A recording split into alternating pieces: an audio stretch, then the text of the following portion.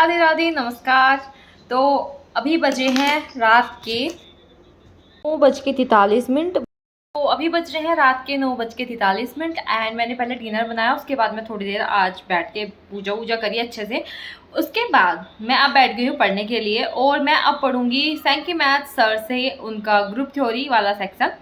तो चलिए अब पढ़ाई शुरू करते हैं। जीत कर दिखाओ उनको जो तुम्हारी हार का इंतजार कर रहे हैं। सो हे गाइस, आपका स्वागत है एक और नए व्लॉग में। एंड अभी अराउंड 10 बज रहे हैं और मैंने स्टार्ट किया है ग्रुप थ्योरी को पढ़ना।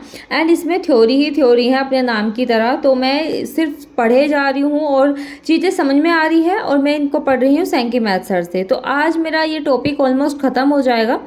तो अभी मैं उसी को मतलब पढ़ रही हूँ। एंड आज हम थोड़े से टॉपिक्स के बारे में बात करेंगे जो एक स्टूडेंट के लाइफ में आते हैं एंड आई थिंक उनको टैकल कैसा करना चाहिए उसके बारे में बात करेंगे। तो अभी सबसे पहले रात का टाइम हो रहा है और मैं आज बहुत ज़्यादा थक गई थी क्योंकि मैं सुबह आजकल 2 बजे उठ पा रही हूँ। एंड आई डोंट नो वो क्या मोटिवेशन है या क्या चीज़ है कि मुझे दिन भर नींद ही नहीं आती। शायद नज़र ना लग जाए बट पता नहीं क्या हो रहा है। एंड क्योंकि मैं ओवर मोटिवेटेड हूँ या क्या हूँ या सिलेबस देख के डर गई हूँ, जब से सिलेबस आया तब से मेरी नींद उड़ी हुई है। एंड अगर ऐसा होगा कि मेरी हेल्थ पे आएगा तो मैं आपको बता दूं कि मैं दिन में 2 घंटे सो लेती हूँ। ये guys Radhe Radhe, good morning. अभी बज रहे हैं सुबह के 2:47। अभी 1 मिनट दिखाती हूँ मैं। तो अभी बजे हैं सुबह के 2:47 और हम उठ गए हैं जल्दी। और अब आज मैं पढ़ूँगी सुबह का टाइम। मैं आपको बता दूँ पार्ट 2 मैथ्स का। और क्योंकि मैं उसमें भी थोड़ी पीछे चल रही हूँ और सर भी शायद आज कल में क्लास चला दे, कल में बोल रहे थे 26 से 27 में। तो हमें उससे पहले अपना थोड़ा बहुत तो पढ़ ही लेते हैं ना। और पार्ट 2 में कुछ छोड़ा भी हुआ है। तो सबसे पहले मैथ्स को पढ़ते हैं, भगवान जी को करते हैं नमस्ते, जय श्री राधे। तो अब चलते हैं अपने टेबल की ओर और पढ़ते हैं। चलिए।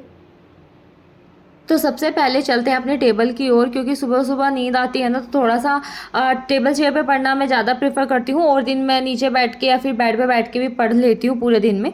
बट सबसे ज़्यादा मैं जो टाइम स्पेंड करती हूँ वो करती हूँ टेबल पर ही। तो आज मैं स्टार्ट किया है सुबह से ही ग्रुप थ्योरी, क्योंकि मैंने सोचा था कि ये जो 8-10 वीडियो हैं ये सारी ख़त्म कर दूँगी।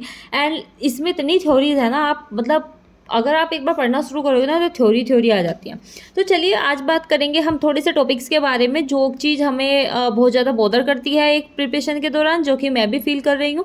तो सबसे पहले जो मेरे दिमाग में आता है वो सिर्फ एक चीज़ आता है कि अगर आप कंसिस्टेंट हो ना तो आप पढ़ाई में भी अच्छा करोगे, आप मॉक में भी अच्छा करोगे and at the same time आप एग्ज़ाम में भी अच्छा करोगे। तो मेरे हिसाब से अगर आप अपने आप को कंसिस्टेंट बना लेते हैं ना तो सबसे बेस्ट वे होता है पढ़ाई का। आपको किसी भी आउटर मतलब मोटिवेशन की ज़रूरत नहीं है। सेकंड पे आता है फियर। फियर होता है हमें बहुत सारी चीज़ों का, जैसे कि अभी अभी क्या चल रहा है कि क्या पता हमारा सिलेबस पूरा होगा या नहीं होगा। उस डर में बहुत सारे बच्चों ने पढ़ाई छोड़ दी है कि अब पता नहीं सिलेबस पूरा होगा या नहीं होगा, तो हम दूसरे एग्ज़ाम की तैयारी करते हैं। फिर हमें जो फियर आएगा वो एग्ज़ाम का आएगा, देन आंसर की, रिजल्ट, फिर सिलेक्शन। तो हमारे पास इतने फियर्स है ना।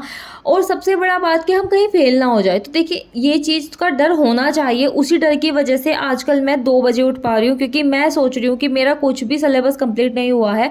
एंड जो चीज़ मैंने आज ग्रुप थ्योरी में पढ़ी उसके अकॉर्डिंग मैं आपको बता दूँ कि ये सब चीज़ें टॉपिक कवर अप नहीं हुए थे मेरे। एंड थैंक गॉड, मैं अभी भी इस भगवान को थैंक यू बोलती हूँ कि ये सब चीज़ें पहले ही डिक्लेयर हो गई है। जितना भी पढ़ूंगी मैं सही डायरेक्शन में पढ़ूंगी, क्योंकि मैं 11th-12th को ज़्यादा फोकस कर रही थी। बैच में 11th-12th को ज़्यादा फोकस किया हुआ था एंड देन मैं पढ़ भी 11th-12th को ज़्यादा रही थी। ये सब कुछ तो मैंने पढ़ा भी नहीं था, मैं सेकेंडरी पे रखा हुआ था, सच बता रही हूँ मैं आज आपको।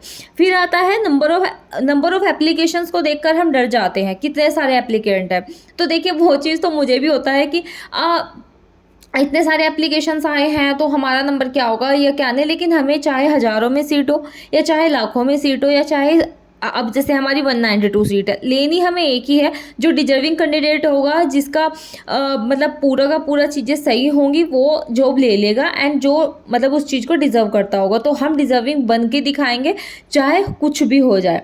फिर होता है कि how to increase the productivity. देखिए सबसे पहले मैं आपको बता दूँ जो मैं फेस कर रही हूँ मैं कई दिन से, सबसे पहले मैं लास्ट कितने दिन से कंसिस्टेंट हूँ और मैं अपनी पढ़ाई को पूरा टाइम दे रही हूँ। टचवुड, मैं अपना सच बता रही हूँ कि मैं आपको अपने ही एक्सपीरियंस से बताऊँगी कि कैसे प्रोडक्टिविटी को इंक्रीज कर सकते हैं। तो सबसे पहले तो देखिए आप अपने माइंड को क्लियर रखिए। ये मत सोचिए कि सामने वाला इतना पढ़ रहा है, सामने वाला इतने बजे उठ रहा है, ये सब चीज़ें बिल्कुल भी ना करें। मैं सजेस्ट करूँगी, क्योंकि मेरे हिसाब से कोई पूरी रात पढ़े, लेकिन मैं अपने हिसाब से उठती हूँ। मुझे जितना टाइम का सोना होता है मैं उतना टाइम सोती हूँ। ऐसा नहीं है कि मैं किसी को दिखावा करने के लिए सोती हूँ। जिस दिन मुझे जल्दी उठना नहीं होता मैं सो ही रहती हूँ, मेरी मर्ज़ी है वो, क्योंकि आज मुझे अपनी बॉडी को बूस्ट अप करना है। तो मेरे हिसाब से आप सबसे पहले तो दूसरों से कंपैरिजन मत करिए अपनी, उसको चीज़ को छोड़ दीजिए।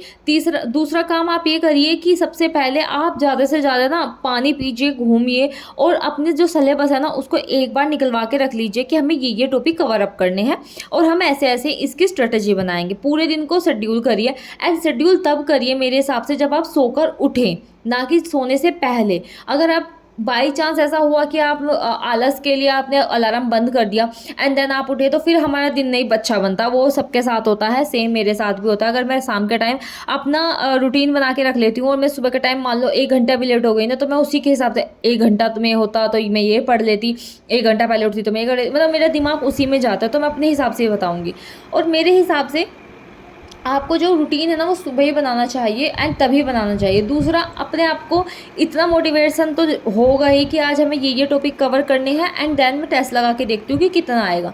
और हाँ, टेस्ट से कभी भी डिमोटिवेशन नहीं लाना है कि इतने नंबर बन रहे हैं, इतने नहीं बन रहे, वो चीज़ बिल्कुल भी छोड़ दीजिएगा। कंपेरिजन बिल्कुल मत करना।